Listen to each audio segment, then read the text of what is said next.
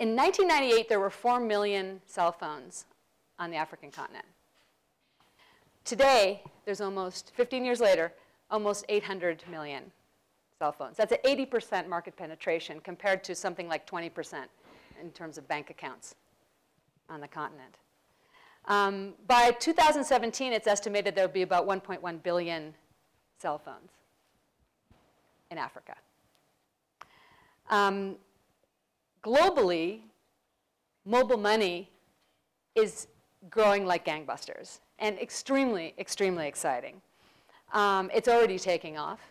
I was drawing on a recent report by the GSMA, which looks at data from 2012, which is already a year out of date. So I'm sure the facts that I'm going to throw at you right now, which, by the way, completely blew my mind on the plane on the way over here, are even more impressive today. But of the 150 deployments, there are at least 80 million subscribers to mobile money, of which 30 million are active users of mobile money. This is globally, by the way. They're making 224 million transactions per month, which is more than PayPal. They're transacting $4.7 billion every month, which is like a third of the GDP of Mozambique, where I come from.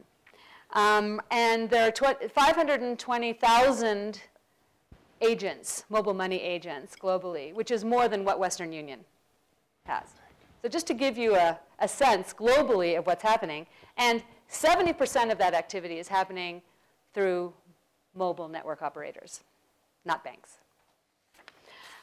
In Africa, Africa is responsible for more than half of this activity, which is super exciting. Africa is in the lead here. It's estimated that there are about 57 million accounts in Africa, of which around 20 million are active. I suspect that that number is much bigger today. That's twice the number of Facebook accounts in Africa. There are more mobile money accounts than bank accounts in Kenya, Tanzania, Uganda, and Madagascar, and probably more countries than that in Africa at this time. The value transacted over these networks equal 60% of the GDP of Kenya, 30% of the GDP of Tanzania, and 20% of the GDP of Uganda. So, you know, the revolution is already here.